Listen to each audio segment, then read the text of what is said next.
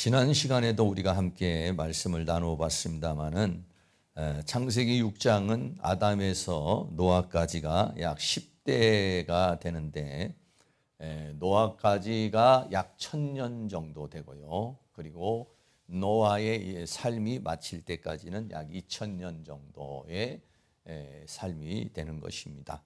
그렇기 때문에 오늘 이제 창세기 6장은 노아가 이제 태어나서 어느 정도 나이가 들은 그런 상태에 그 노아가 살고 있었던 그런 시대의 삶의 여러 가지 형태를 가리켜서 말하고 있는 것입니다. 아담이 가인을 낳고 가인의 자손들이 또 성장을 하게 되고, 그리고 또 아벨이 죽고 난 다음에 셋을 낳고 그 셋을 통해서 그 후손이 이제 자라나게 되는데, 그래서 이제 사람들이 많이 이제 번성을 하게 되었다라고 그렇게 말하고 있습니다. 그런데 오늘 본문은 첫 번째로 하나님의 아들과 사람의 딸들이 혼합을 했다. 뭐 좋은 말로 말하면 결혼을 했다 이런 말인데, 결혼이라는 그런 말보다는 좀 혼합을 했다 이런 말로 말씀을 드리겠습니다. 하나님의 아들들이 있고 사람의 딸들이 나오는데, 이 하나님의 아들들이 사람의 딸들과 이제 하나가 되어지는 그런 상황을 가리켜서 말하고 있습니다. 창세기 6장 1절 말씀에 사람이 땅 위에 번성하기 시작할 때에 그들에게서 딸들이 났다라고 그렇게 말하고 있어요. 그러니까는 가인의 후손과 셋의 후손이 번성을 하기 시작을 했는데, 번성할 때에 그들에게서 딸들이 났다라고 그렇게 말하고 있습니다. 그리고 창세기 6장 2절에서는 하나님의 아들들이 사람의 딸들의 아름다움을 보고 자기들의 좋아하는 모든 자로 아내를 삼은지라 라고 그렇게 말하고 있습니다.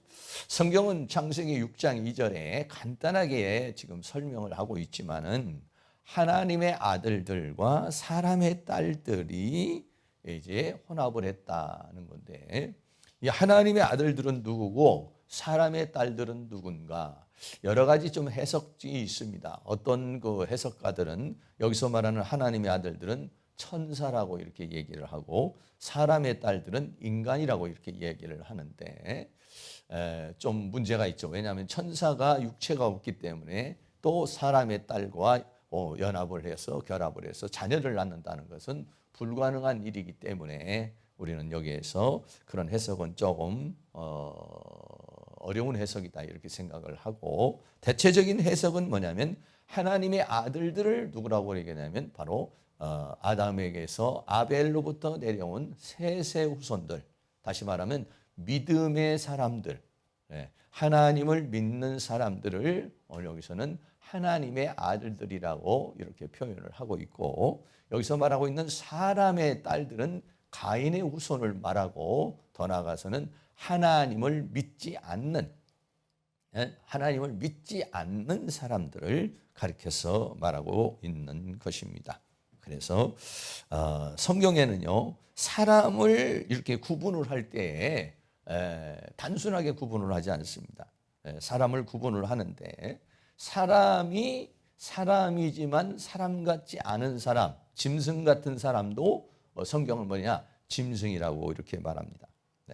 짐승 같은 속성을 가지고 있는 사람들, 그런 사람을 짐승이라고 이렇게 말하는데, 베드로후서 2장 12절 말씀에 그러나 이 사람들은 본래 잡혀 죽기 위하여 난 이성 없는 짐승 같아서, 여기서 말하고 있는 이 사람들은 누구냐면은 거짓 선지자들 또는 적그리스도들을 가리켜서 말하고 있어요.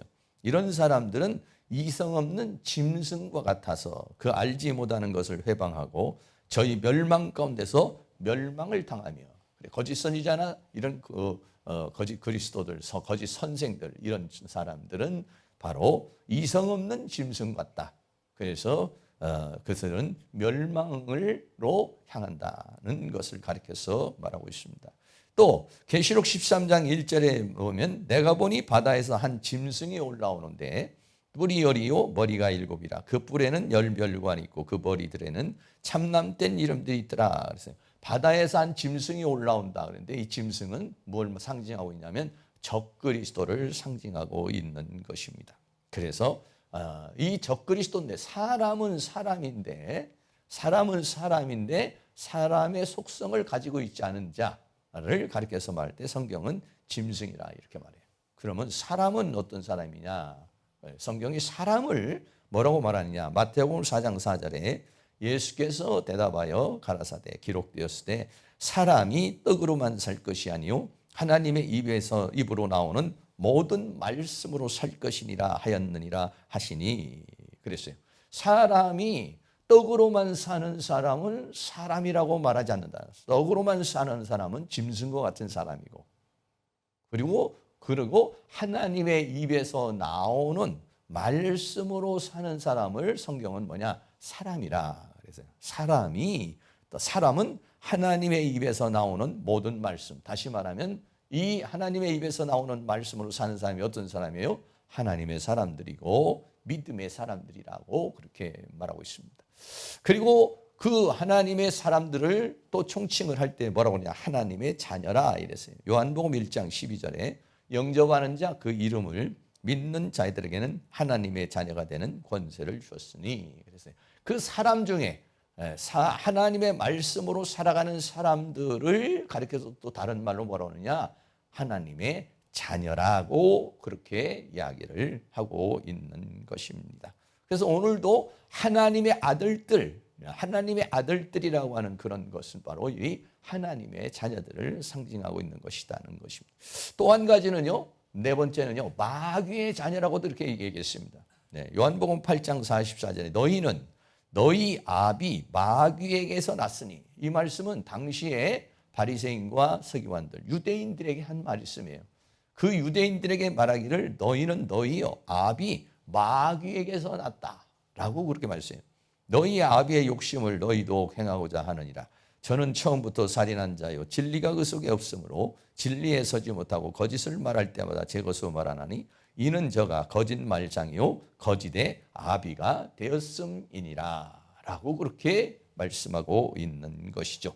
그래서 성경에서는요 이렇게 다양하게 사람을 표현할 때 하나님을 믿지 않는 자들을 또는 거짓 선지자나 적그리스도들 짐승으로 이렇게 표현을 하고 또 하나님의 말씀을 따라 사는 사람을 사람이라고 표현을 하고 또 그 하나님의 생명을 받아서 나음을 입은 자를 하나님의 자녀라고 말하고 또 하나님을 믿지 않고 사단의 영에 의해서 나음을 입은 자를 뭐냐 마귀의 자녀라고 그렇게 말해서 두 갈래로 하나님에 속한 자와 사탄에 속한 자로 이렇게 분리해서 성경이 말하고 있는 것이죠. 그런 것과 마찬가지로 오늘 창세기 6장에서 말하고 있는 하나님의 아들들, 이거는 하나님께 속한 자들을 가리켜서 말하는 것이고 사람의 딸들이라고 이렇게 얘기를 했을 때는 사람의 딸들은 바로 하나님을 믿지 않는 그런 사람들을 가리켜서 말하고 있습니다. 그런데 그 사람의 딸들이요 아름다웠다 이렇게 말했어요. 창세기 6장 2절에 하나님의 아들들이 사람의 딸들을 보았는데 그 사람의 딸들의 아름다움을 보았다라고 했어요. 그래서 어떻게 했느냐? 자기들이 좋아하는 모든 자로 아내를 삼았다. 그러니까는 너무 매력적이고 너무 아름다웠다. 사람의 딸들이 그렇다 이런 것이.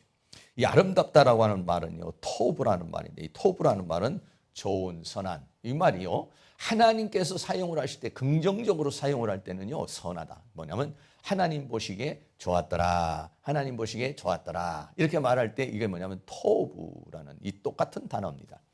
그런데 이 육적인 세계에서나 세상 세계에서 말할 때 그 아름다움을 말할 때는 육적인 모습들을 가리켜서 말하고 있는 것입니다. 제가 그 전에 가끔 가다가 이렇게 그 전에 이제 삼각산에 올라가 가지고 이제 기도를 막 이렇게 이제 하고 이제 하려고 이제 산에 올라가면요.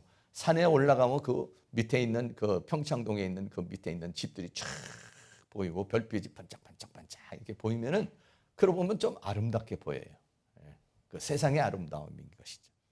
그런데 기도를 하고 막 열심히 기도를 하고 탁 하고 내려오면은요, 그 반짝반짝이는 것도 이제 새벽이 돼서 이제 없어지기도 하지만은 그런 것이 그렇게 마음에 끌리지를 않아요.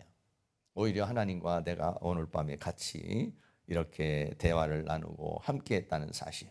그리고 내려오면서 자연을 이렇게 풀들을 보고 나무를 보면은 그런 것들이 너무 아름답게 보여요. 너무 아름답게 보이고 뭔가 그 풀들이나 그런 그 나무들이 말하기를 오늘 저녁에 기도하느라고 수고했다 라고 말하는 것 같아요. 그런 마음이 들고 아주 상쾌한 마음이 이렇게 들고 하는 모습을 보게 되는 것이죠. 우리가요, 성령이 충만하면은요, 세상이 그렇게 아름답게 보이지 않아요. 겉으로는 아름다울지 모르지만은 그 안에 있는 죄악의 속성이라든지 뒷골목에 있는 지저분한 모습이라든지 또는 여러 가지 많은 그 죄악된 그런 것들을 보게 되면요, 세상이 그렇게 아름답게 보이질 않아요. 그런데 성령 충만하지 못하면은, 하나님의 은혜가 떨어지면은요, 세상이 왜 이렇게 아름다운지, 나도 저런 좀 아파트에서 좀 살고 싶다. 나도 저기 한강 뷰가 보이는 그런 데서 좀 한번 살고 싶다. 나도 저런 좋은 차도 좀 몰고 다니고 싶다. 요즘에 뭐 그냥 인천대공원에 그냥 인천공항에 그냥 뭐 연휴라고 그냥 수많은 사람들이 여행을 간다는데 그냥 나도 좀 그런 데 가가지고 탁 쉬고. 세상에 대해서 막 뭔가 동경이 되고 세상에 대한 매력이 막 이렇게 느껴지게 되면은, 그러면 어떠냐면 내가 그만큼 영이 다운이 됐다, 내 믿음이 좀 다운이 됐다 하는 것을 느낄 수가 있는 것이죠. 역시 마찬가지로 창세기 6장에서 사람의 아들들이, 사람의 딸도, 그동안에도 사람의 딸들이 많이 있었는데 사람의 딸들의 그 아름다움을 보고 자기 아내로 삼았다는 것은, 그것은 바로 하나님의 아들들의 타락을 가리켜서 말하고 있습니다. 창세기에 보면은요, 창세기 12장에 보면은 아브라함이 하나님으로부터 부름을 받아서 나가죠. 그러다가 아브라함도 사람이 많아지고 조카 롯도 사람이 많아지게 되니까 서로 헤어져야 되는 그런 이제 상황이 생깁니다. 그래서 아브라함의 선택과 롯의 선택의 모습이 나오죠. 그런데 어떻게 합니까? 자, 아브라함이 뭐랍니다. 네가 좌하면 나는 우할 것이고 네가 우하면 내가 좌할 거야. 너는 먼저 선택을 하라. 그리고 롯이 쫙 이제 바라봅니다. 어디를 선택해야 내가 이 목동들을 데리고 내 종들을 데리고 편안히 잘 살 수 있을까 해서 바라봅니다. 창세기 10장 10절에 이에 롯이 눈을 들어 요단, 당시에 요단강이 있는 그 들을 쫙 바라보니까 소알까지 온 땅에 물이 넉넉하니, 요단강이 있으니까 물이 넉넉하게 보여. 여호와께서 소돔과 고모라를 멸하기 전이었는데 여호와의 동산 같고 에덴 동산 같았다는 거예요. 여호와의 동산 같고 애굽 땅도 아주 비옥한 땅을 가리켜서 말해요. 아주 그렇게 보였다라고 그랬어요. 그러니까 창세기 13장 11절 13절 그러므로 롯이 요단 온 들을 택하고 동으로 옮기니 그들이 서로 떠난지라. 그런데 후반에 뭐라고 그랬냐?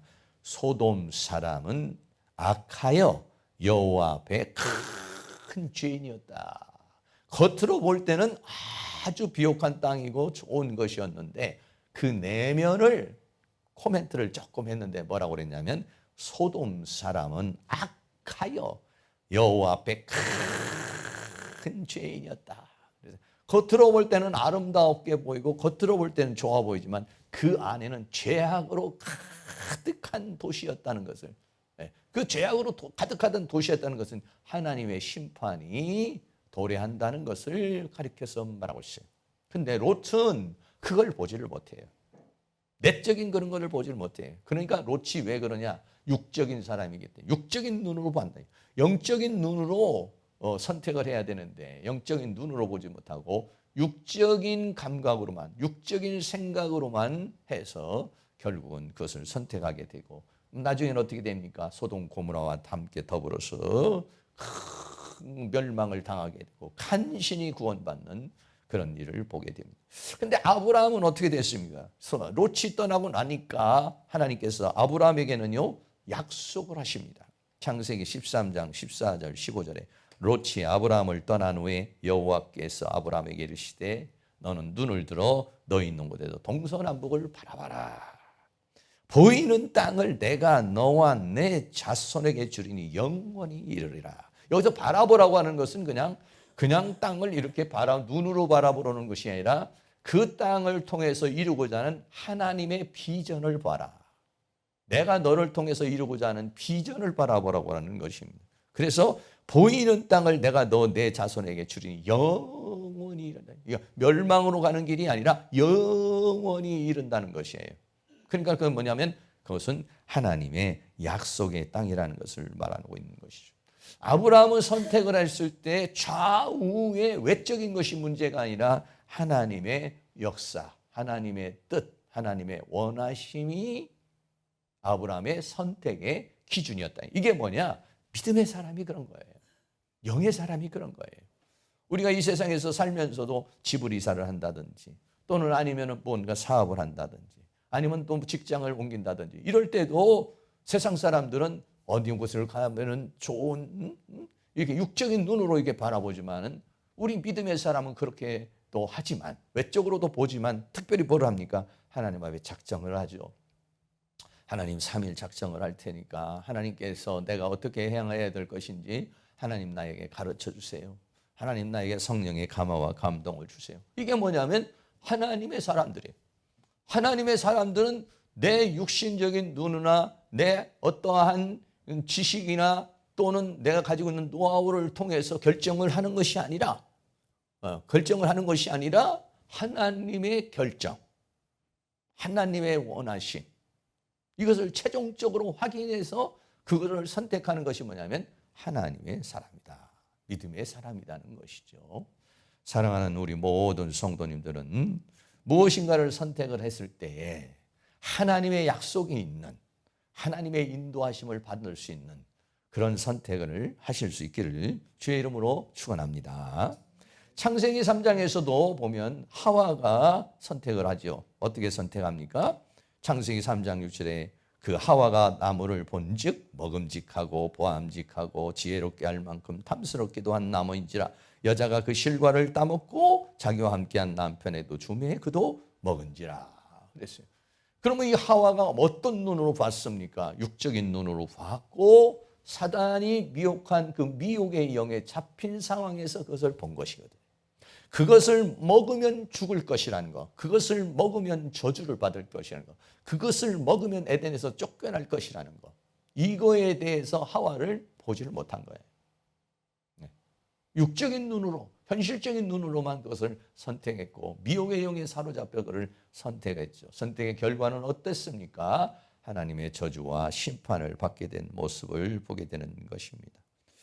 요즘에는 외모 지향주의가 아니라 애모 지상주의라고 제가 한번 컴퓨터에 쳐봤어요. 애모 지향주의. 그러니까 애모를 지향하는 지향주의 그랬더니 애모 지향주의는 안 나오고 애모 지상주의 이렇게 나오더라고요. 그러니까 외모를 굉장히 사람들이 중요한다. 그래서 수많은 사람들이 뭐 성형수술을 하죠.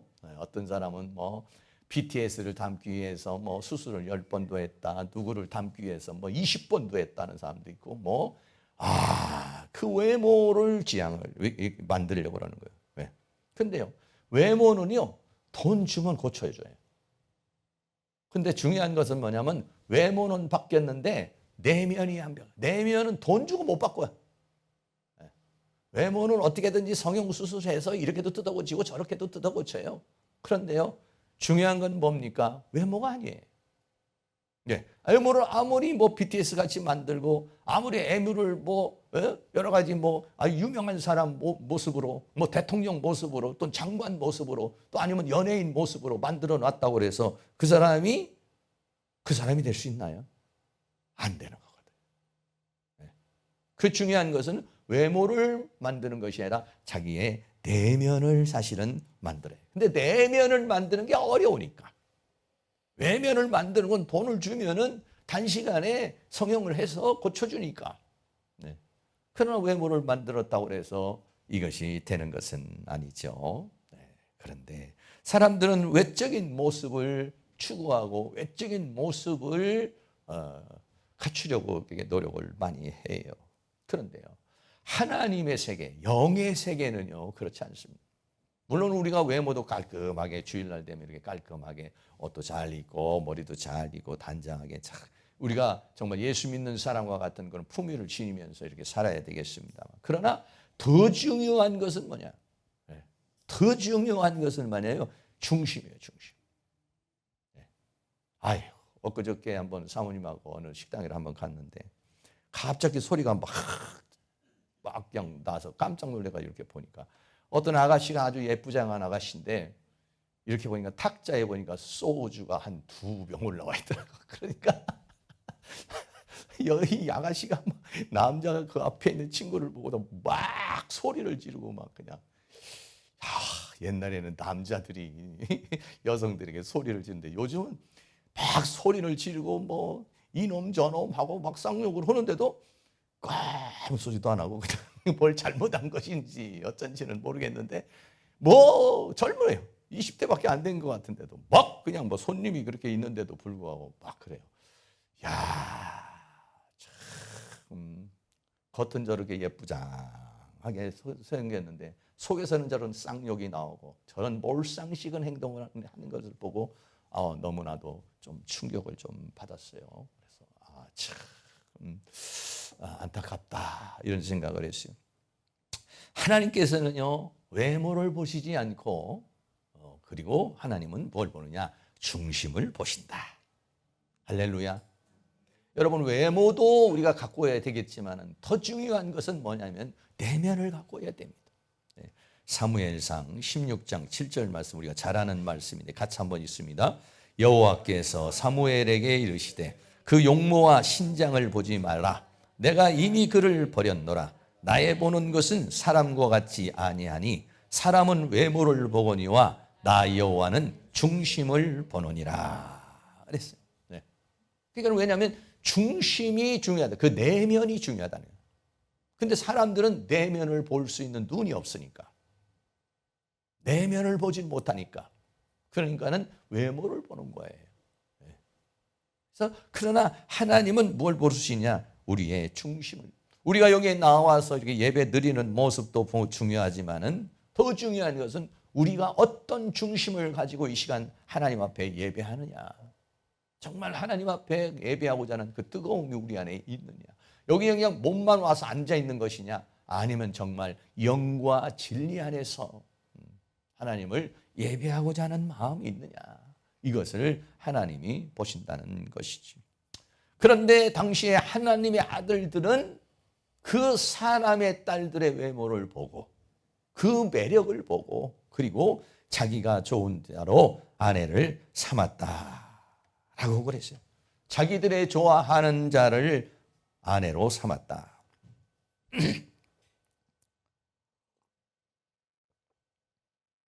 여러분은 자기가 좋아하는 사람을 아내나 남편으로 삼으셨습니까? 아니면은 하나님이 원하는 사람을 지금 아내로 남편으로 맞이하여 살고 있습니까? 우리 아들이 결혼을 한다고 그랬어요. 아무개가 있고 이런 사람하고 결혼한다 그래서. 그러면서 이제 이렇게 좋고 저렇게 좋고 이렇게 한다고 그랬어요. 그래서 제가 그렇게 얘기했습니다. 다 좋은데 하나님의 허락이 필요하다. 3일 금식을 해서 하나님께 허락을 받아라. 내가 판단하고 내가 정하는 것은 실수할 수도 있고 나중에 마음이 흔들릴 수도 있다. 그러나 하나님이 정해주시면은 그러면 아내에 대한 확신이 있기 때문에 살아가는 동안에 여러 가지 풍파를 만나고 어려움이 와도 극복할 수 있다. 3일을 금식했어요. 3일 금식했는데 응답을 못 받았어요. 응답 못 받으면은 안 된다. 나중에 이제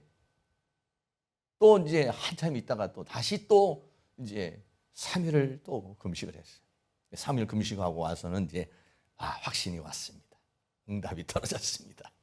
그렇다면은 결혼해라. 이것을 결정해 주는 것은 제가 보는 견해나 제가 보는 어떠한 그런 것들도 중요하지만 그러나 가장 중요한 것은 자기가 좋아하는 자가 아니라 하나님이 좋아하는 자. 할렐루야. 우리는요, 나 좋자고 사는 게 아니에요. 하나님 믿기 전에는 나 좋은 대로 사는 거예요. 내가 먹고 싶은 대로, 내가 하고 싶은 대로 사는 거예요. 내 인생인데 내 마음대로 하는 거죠. 그러나 하나님의 사람, 믿음의 사람은 자기 좋은 대로 사는 것이 아니라 하나님이 좋아하는 자로, 하나님이 좋아하는 것을 살아요. 그래서 우리가 찬양에도 뭐라면 나 주님의 기쁨 되기 원하네. 할렐루야. 네. 다 주님의 기쁨 되기를 원하는, 주님이 좋아하는 그런 삶을 이렇게 살아가는 것이 하나님이 좋아하는 건가, 저렇게 살아가는 것이 하나님이 좋아하는 건가 해서 하나님이 좋아하는 것을 선택하는 것. 이게 뭐냐? 하나님의 사람이에요. 그런데 당시의 사람은 어떻게 했어요? 하나님이 좋아하는 사람을 선택을 한 것이 아니라 자기가 좋아하는 대로 살았다는 것은 영적이 아니라 육적이고 믿음의 사람이 아니라 불신의 사람이라는 것을 우리에게 말씀해 주고 있는 것입니다. 근데 이것이 그렇게 문제가 되느냐? 성경에 보면 그 뒤에 구체적으로 하나님께서 이방 여인과의 혼인을 철저하게 금했습니다. 이방 여인과 철저하게 금했습니다. 여러분도 사랑하는 자녀들이 결혼을 한다고 그랬을 때 믿는 사람을 데려온다고 그러면 참 안심이 되지만 믿지 않는 사람을 사랑한다고 그러면 얼마나 염려가 됩니까? 저 안 믿는 사람을 통해서 과연 아들이, 내 딸이 저 안 믿는 사람을 믿게끔 만들 수 있겠는가? 저 가정이 믿음의 가정이 될 것인가? 아니면 그나마도 가지고 있던 믿음도 다 까먹어버리고 믿지 않는 가정이 되어버릴까? 염려가 됩니다. 하나님도 어땠습니까? 그래서 혼인을 철저하게 금했어요. 신명기 7장 3절 4절 말씀에 또 그들과 혼인하지 말지니 내 딸을 그 아들에게 주지 말 것이요 그 딸로 내 며느리를 삼지 말 것은 그가 내 아들을 유혹하여 그로 여호와를 떠나고 다른 신들을 섬기게 함으로 여호와께서 너희에게 진노하사 갑자기 너희를 멸하실 것임이니라. 그랬어요. 결혼을 했는데 믿지 않는 사람하고 결혼하면 이 믿지 않는 사람이 유혹을 내서 다른 우상을 섬기게 하고 하나님을 떠나게 할 수 있기 때문에 하나님께서 그것을 금지한 것이다는 것입니다. 우리가 성경에서 잘 아는 대로 솔로몬이라는 사람이 나옵니다. 이 솔로몬이 타락을 합니다. 1,000명이나 되는 많은 사람들을 아내로 삼습니다. 왕상 11장 1절 말씀에 솔로몬 왕이 바로의 딸 외에 이방의 많은 여인을 사랑하였으니 곧 모압과 암몬과 에돔과 시돈과 헷 여인이라 라고 그랬어요.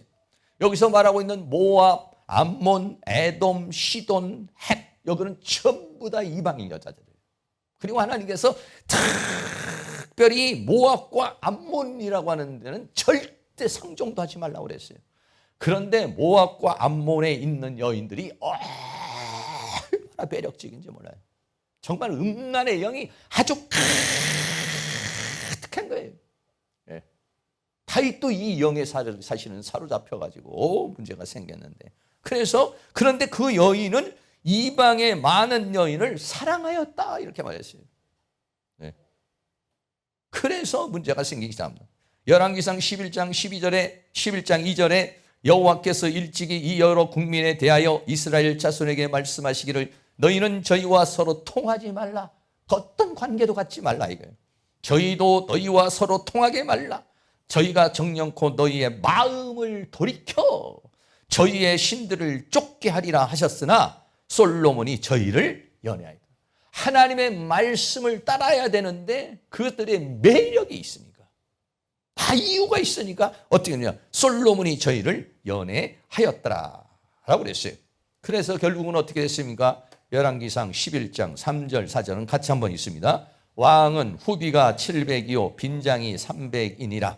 왕비들이 왕의 마음을 돌이켰더라. 솔로몬의 나이 늙을 때에 왕비들이 그 마음을 돌이켜 다른 신들을 쫓게 하였으므로 왕의 마음이 그 붙인 다윗의 마음과 같이 아니하여 그 하나님 여호와 앞에 온전치 못하였으니 됐어요. 솔로몬과 같은 정말 그 하나님 앞에 겸손하고 하나님의 지혜로 하나님의 은혜로 살고 하나님 나라에서 성전을 짓고 오직 하나님으로만 살기를 원했던 그런 사람인데도 불구하고 왕의 마음을 돌이켰다라는 거예요. 근데 젊었을 때는 그렇게 안 했지만 나이가 들면 정신이 희미해지기 시작하고 영도 희미하고 믿음이 희미해지기 시작하니까 결국은 어떻게 했습니까? 다른 신들을 쫓게 되고 1,000명이나 되는 그러한 아내들이 와서 이스라엘 온 곳에 우상을 세우고 산당을 세우고 그래서 결국은 어떻게 했어요? 이스라엘 민족이 멸망에 이르게 되는 모습을 보게 되는 것이. 그래서 하나님께서는 하나님의 아들들이 사람의 딸들과 믿는 자가 믿지 않는 자가 관계를 갖지 말라고 그렇게 말하고 있습니다. 창세기 24장 3절 4절에도 보면 이삭이 나옵니다. 아브라함의 자녀 이삭이 나오는데 아브라함도 어떻게 합니까? 내가 너로 하늘의 하나님 땅의 하나님이신 여호와를 가리켜 맹세하노니 너는 나의 거하는 이 지방 가나안 족속의 딸 중에 내 아들을 위하여 아내를 택하지 말라. 그래서 종을 자기 고향으로 보내서 거기에서 이삭의 아내 리브가를 선택해서 결혼을 하게 돼요. 왜? 다른 이방인 여인이 들어오게 되면 믿음의 가정이 깨지기 때문에 그렇게 말씀하고 있는 것입니다. 그래서 성경은 믿는 자와 믿지 않는 자는 하나가 될 수 없다 이렇게 말하고 있습니다. 네. 고린도후서 6장 14절 15절도 같이 한번 있습니다. 너희는 믿지 않는 자와 멍에를 같이 하지 말라. 의와 불법이 어찌 함께하며 빛과 어둠이 어찌 사귀며 그리스도와 벨리알이 어찌 조화되며 믿는 자와 믿지 않는 자가 어찌 상관하며. 믿지 않는 자와 멍에를 같이 하지 말아요. 어떤 일이든지 사업이든지 삶이든지 결혼이든지 멍에를 같이 메고 함께하지 말라. 왜? 그들하고는 섞일 수가 없고 하나가 될 수가 없기 때문에 그런 것이다. 고린도후서 6장 17절 18절에 그러므로 주께서 말씀하시기를 너희는 저희 중에서 나와서 따로 있고 우리는요 하나님의 부름을 받아서 선택을 받아서 그 세상 가운데서 따로 있는 사람 부정한 것을 만지지 말라. 내가 너희를 영접하여 너희에게 아버지가 되고 너희는 내게 자녀가 되리라 라고 그렇게 말씀하고 있는 것이죠. 사랑하는 우리 모든 성도, 우리는요 세상에서 부름을 받은 사람들이에요. 이 세상에서 부름을 받은 사람들이에요. 우리 이 대한민국 5천만 인구 중에서 하나님의 부름을 받은 사람, 우리는요 따로 있는 사람이에요. 우리 하나님의 선택이 있는 사람이에요. 하나님의 부르심을 받은 사람입니다. 그 몇 프로에 속합니까? 우리는요 실제적으로요 우리는 몇 프로에 속하냐? 10%에 속한 사람들이에요. 사실은 이 대한민국에서 10% 20%에 속한 사람들이에요. 우리는 하나님의 선택을 받은 사람들이라고요. 이 세상 사는 것과 똑같이 우리는 살 수가 없는 사람들이에요.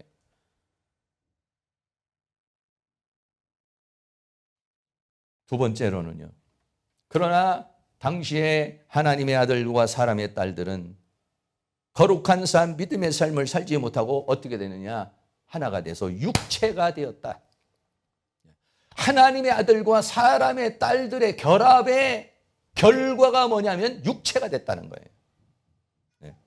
창세기 6장 3절에 여호와께서 가라사대 나의 신이 영원히 사람과 함께하지 아니니 이는 그들이 육체가 됨이라. 그러나 그들의 날은 120년이 되리라 하시니라. 하나님이 더 이상은 그렇게 하나님의 아들들이 사람의 딸들과 혼합이 되니까 어떻게 하냐? 하나님께서 하나님의 신이 영원히 사람과 함께하지 아니라 하나님이 떠나버렸다는 거예요. 그런 사람들과 함께하지 않겠다. 하나님이 떠나버리셨다는 거예요. 얼마나 서글플 일입니까? 창세기 3장에서 인간이 타락함으로 하나님이 내쫓아버렸어요. 에덴 동산에 내쫓아버렸어요. 어떻게 보면 집에서 내쫓아버린 거예요. 그래도 하나님은 내쫓았어도 하나님의 영은 사람에게 함께해서 하나님이 함께하셨어요. 그런데 이제는 어땠습니까? 사람이 완전히 육체가 돼버렸다는 거예요. 육체가 됐다는 것은 짐승이 돼버렸다는 거예요. 사람이 아니라는 거예요. 완전히 타락해버렸다는 거예요. 이제는. 그래야 하나님께서 그런 존재들하고는 함께 하지 않겠다. 하나님이 떠나버렸다요. 여러분, 우리 믿음의 사람에게서 하나님이 떠나시면 어떻게 되겠습니까? 하나님이 떠나면 우리 인간은 아무것도 아니죠. 에덴 동산에서 쫓겨난 아담과 하와 얼마나 불안한 삶을 살고 있습니까? 가인은 더 불안한, 유리하고 방황하는 삶을 살았죠. 그런데 이제는 아예 하나님이 떠나버리시겠다. 찬양에 보면은 주 떠나가시면 내 생명 헛되네. 즐겁고 슬플 때 늘 계시옵소서. 기쁘고 기쁘도다 항상 기쁘도다 나 주께 왔사오니 복 주옵소서. 주 떠나가시면 내 생명 헛되네. 하나님이 나를 떠나버리고 나 혼자 인생을 살아간다고 하면 어떻게 되겠습니까? 너 마음대로 살아봐. 더 이상 나는 너와 함께하고 싶지 않아. 하나님이 떠나버리시면 우리의 인생은 어떻게 되겠습니까? 하나님이 버려버리면 우리의 인생은 아무것도 아닙니다. 아무것도 아닙니다. 멸망으로 가는 겁니다. 지옥으로 가는 겁니다. 죄악으로 가는 겁니다. 하나님이 우리에게 간섭해 주시고 하나님이 우리를 터치해 주시고 하나님이 우리에게 역사를 하시니까 우리가 이 죄악사의 세상에서 우리가 살아갈 수 있는 것이지. 주 떠나가시면 내 생명 헛되네. 즐겁고 슬플 때 늘 계시옵소서. 찬양이 우리에게 말하는 것처럼 그렇습니다. 성경은 우리가 죄악 가운데 거하면 주님은 떠나버리신다고 그랬어요. 로마서 1장 24절에도 그러므로 하나님께서 저희를 마음의 정욕대로 내어버려 두사 저희 몸을 서로 욕되게 하셨으니 그랬어요. 죄악 속에서 살고 있는 사람들, 저희 마음의 정욕대로 더러움대로 살아가는 사람들을 하나님이 간섭하시고 계속해서 권면하시고 하나님이 계속해서 경고를 하시는데도 그것을 거부하니까 하나님께서 내어버려 두셨다. 로마서 1장 28절로 또한 저희가 마음에 하나님 두기를 싫어하며 하나님께서 저희를 그 상실한 마음대로 내어버려 두소 합당치 못한 일을 하게 하셨다라고 말했어요. 하나님이 나를 떠나는 일이 나의 죄악으로 인해서 나의 허물로 인해서 나의 연약함으로 인해서 내가 육체가 되면 하나님이 떠나버린다는 거예요. 내가 영이 되면 성령이 나에게서 역사를 하지만 내가 육체가 되고 짐승이 되어버리고 육을 쫓고 죄악 속에 파묻혀버리면 하나님이 떠나버린다는 것이죠. 하나님을 떠나버리게 하는 자가 아니라 하나님이 더 머물게 하는 자, 그런 영의 사람이 될 수 있기를 주의 이름으로 축원합니다. 하나님을 떠난 탕자의 모습을 우리는 확실하게 볼 수 있습니다. 누가복음 15장 13절 14절에 보면 탕자는 아버지로부터 모든 재산을 가지고 떠나갑니다.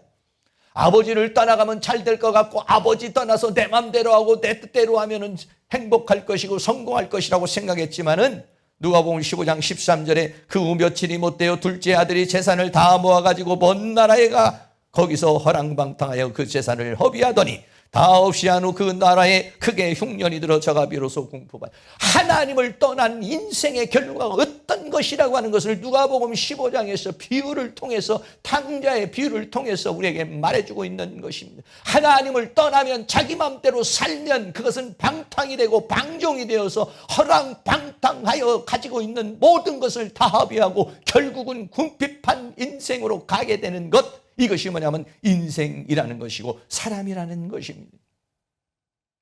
하나님의 신이 역사를 하다가 하나님의 신이 떠난 사울왕은 어떻게 됐습니까? 사무엘상 16장 14절에 보면 여호와의 신이 사울에게서 떠나가고 여호와의 부리신 악신이 그를 번뇌케 한지라 그랬습니다.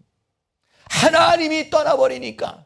왜 하나님이 떠났습니까? 사울왕이 하나님 앞에 불순종하고 하나님이 말씀하시는 대로 믿음대로 가지 않고 이 핑계 저 핑계 되며 불순종하니까 하나님의 신이 떠나버렸다고 그랬어요. 하나님의 신이 떠나가니까 그래서 사울왕에게 악신이 임하여 그를 번뇌케 한지라. 그래서 그때부터는 고통 속에서 괴로움 속에서 인생을 살아가는 모습을 보게 되는 것이죠. 왜 그러냐? 하나님이 떠나기 때문에. 왜 하나님이 떠납니까? 창세기 6장 3절에 여호와께서 가라사대 나의 신이 영원히 사람과 함께 하자니 그들이 육체가 됨이라 그랬어요.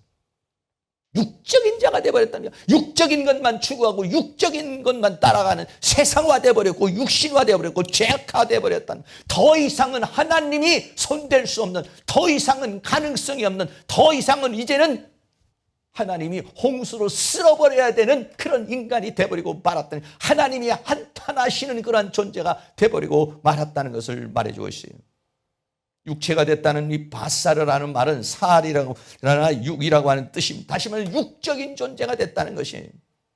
육적인 존재가 되면 하나님과는 원수가 됩니다. 로마서 8장 7절에 육신의 생각은 하나님과 원수가 되나니 이는 하나님의 법에 굴복지 아니할 뿐 아니라 할 수도 없습니다. 또 육적인 데가 되면 하나님을 기쁘시게 할 수가 없다고 그랬어요. 로마서 8장 5절 8절에 육신을 쫓는 자는 육신의 일을, 영을 쫓는 자는 영의 일을 생각하니 육신에 있는 자는 하나님을 기쁘시게 할 수 없느니라. 결국은 육체를 따라서 살고 육신대로 살게 되면요, 갈라디아서 5장 19절 20절에는요 16가지 죄악이 쫙 납니다. 육체의 일은 현저하니, 육체의 일은 뻔하다 이거예요.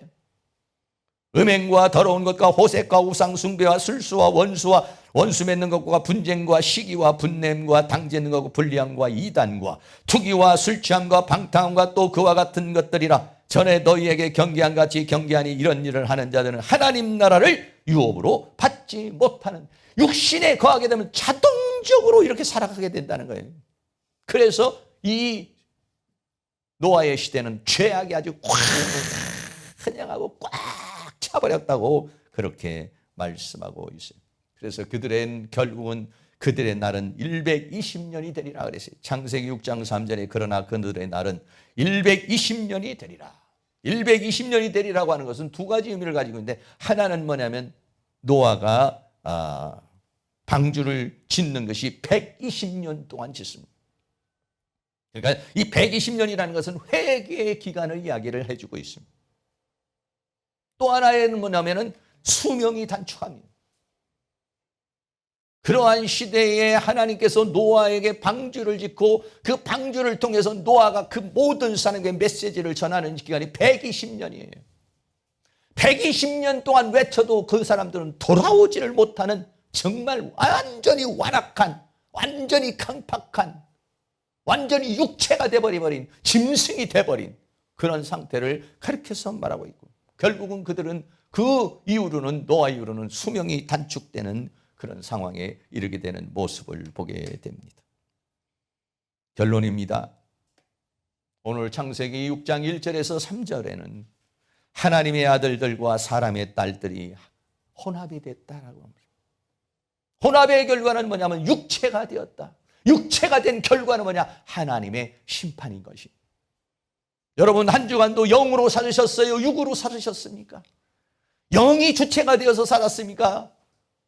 육이 주체가 되어서 살고 있습니까? 나는 영의 사람입니까? 육의 사람입니까? 혼의 사람입니까? 육의 사람은 하나님이 멀리하십니다. 왜? 육신의 생각은 하나님과는 원수가 되기 때문에 그렇습니다. 사랑하는 모든 성도님이 성령의 충만함을 받아서 육의 사람이 아니라 영의 사람이 되시기를 축복합니다. 하나님이 떠나버리는 사람이 아니라 하나님이 머무는 사람, 성령이 임재하는 사람, 그리고 에녹과 같이 300년 동안 동행한 것처럼 하나님이 동행하시는 사람 될 수 있기를 주의 이름으로 축원합니다. 그러기 위해서는 성령의 충만을 받아서 영이 깨어서 영의 눈이 열리고 영의 귀가 열리고 영의 입술이 열리고, 그래서 영이 소생하여 성령 충만한 가운데서 영의 인도하심을 받으며 살아가는 은혜가 있기를 주의 이름으로 축원합니다. 어서 오서 진리의 성령님, 이 시간 다 같이 한번 찬양 드리도록 하겠습니다.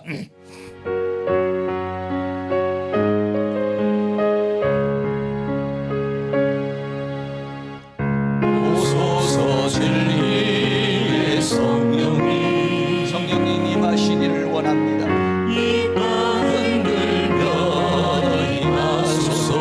우리의 영혼에 임하시기를 원합니다.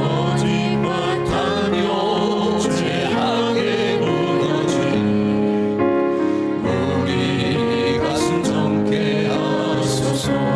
오소서 은혜의 성령님, 오소서 은혜의 성령님, 하늘 가르고 임하소서.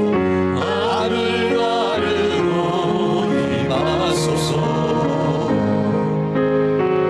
거룩한 불꽃 하늘로서 임하사 타오르게 하소서. 주 영광 위에 부의 불길 타오르게 하소서.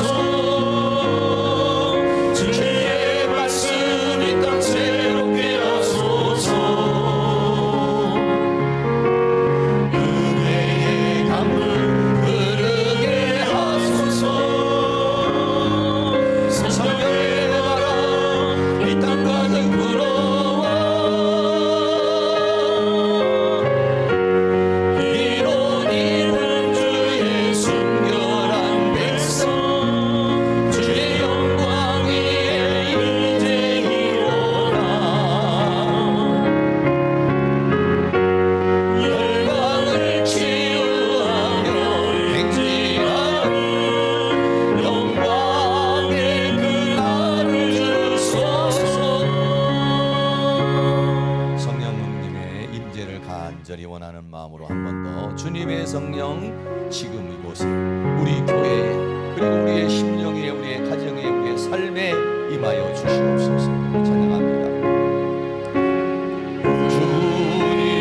주님의 성령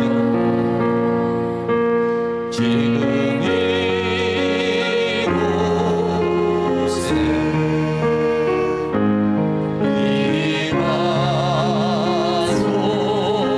임하소서.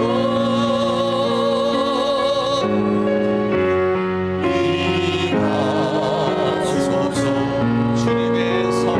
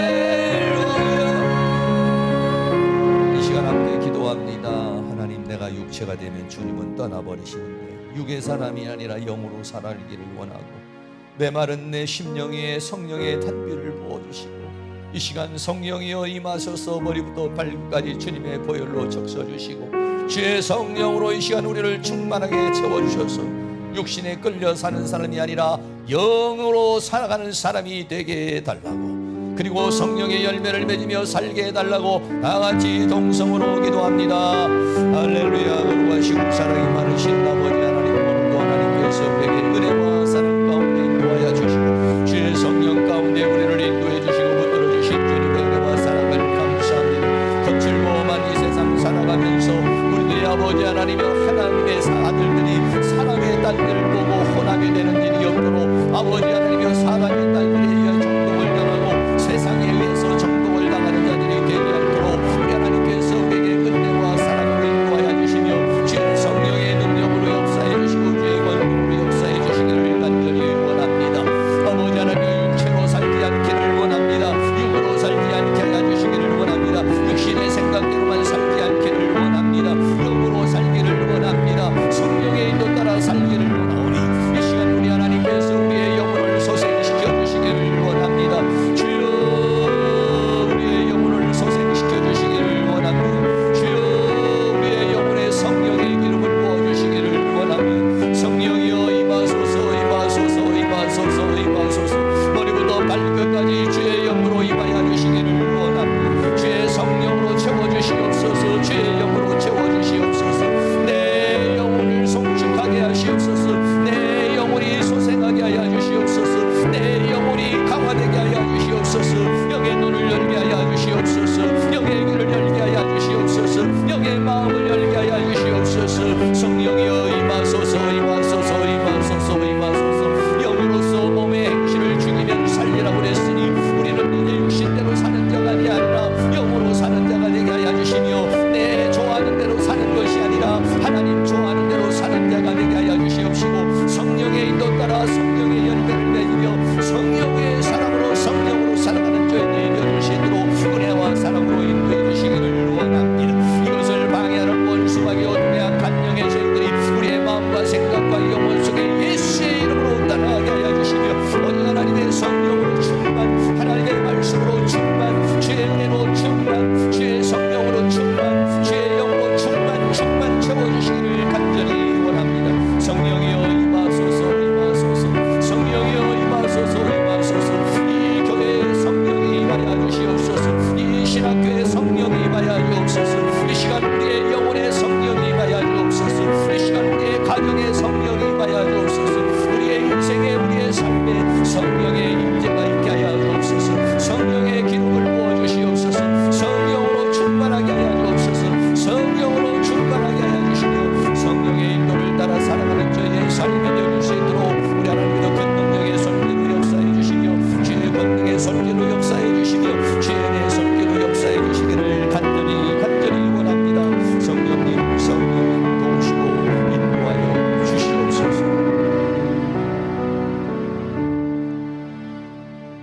하나님, 한 주간 우리는 어떻게 살아왔습니까? 그리고 요즘 어떻게 살아가고 있습니까? 성령이 충만하여 영으로 살고 있습니까?